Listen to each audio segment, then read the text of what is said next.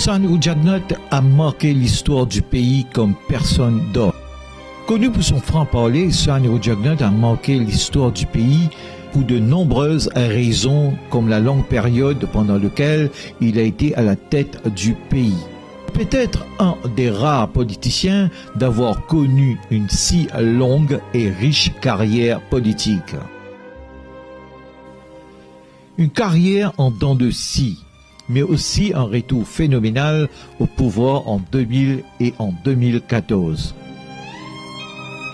Sanirou Jagnot, qui a commencé sa carrière politique en 1963, a été Premier ministre du pays pour la toute première fois en 1982.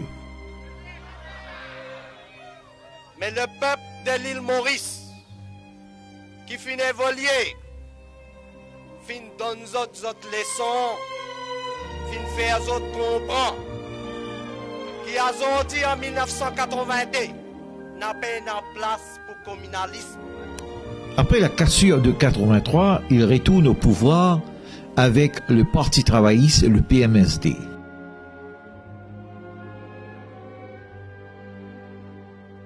En 1987, il remporte une nouvelle fois la joute électorale. En 1991, Sanirou Jagnot devient Premier ministre pour la 4e fois. Mais en 1995, il goûta à la défaite face à l'alliance du Parti travailliste MMM. Tout ce qui m'a fait, pays bien prospère, Somalie n'est plus existé.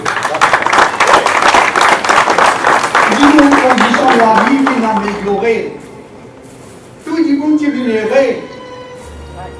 95, tu n'es pas pitié pour moi, tout le monde bon coup de pied par derrière. Voilà ce que Sa carrière à la tête du pays était loin d'être terminée. En 2000, en alliance avec le MMM, Sanirou Jagnot reprend le poste de Premier ministre.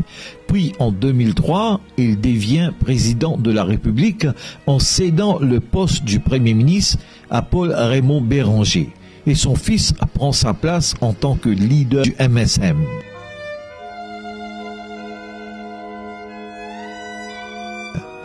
On pensait que c'était la fin de sa carrière politique active. En mars 2013, il démissionne comme Premier ministre de la République pour se jeter dans l'arène politique.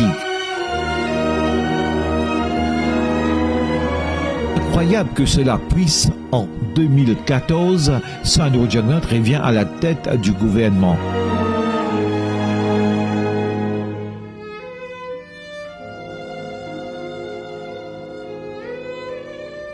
Finalement, en 2017, il céda la place du Premier ministre à son fils Pravin Kumar Jagnot.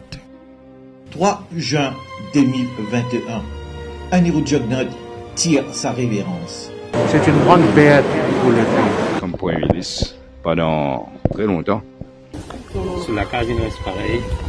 Il y a la clé Union qui est encore là. Et quand tu peux venir, c'est lui qui peut ouvrir la porte, il va aller, il peut revoir.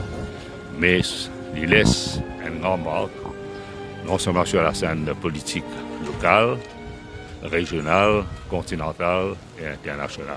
Quelque chose qui me rappelle dans ce parcours, c'est surtout, moi, de la génération X, nous finissons trouver Maurice pauvre et Maurice qui vit riche. Moi, je trouve la gare aux îles, moi, je trouve nouveau la gare aux îles.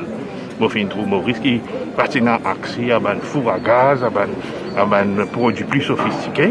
Et comme à la case, après, il disparaît, tout disparaît, et bien tout va dans la case. Et il ne faut pas nous oublier cette contribution au développement économique de nos pays. Et ce dernier combat pour qu'il Maurice regagne sa citoyenneté au chapeau. Ce que l'INA même fait une plaidoirie en personne. C'est un héros de Pankilé. Ok? Il pas de Pankilé, comment dire, pour défier les Anglais et les Américains.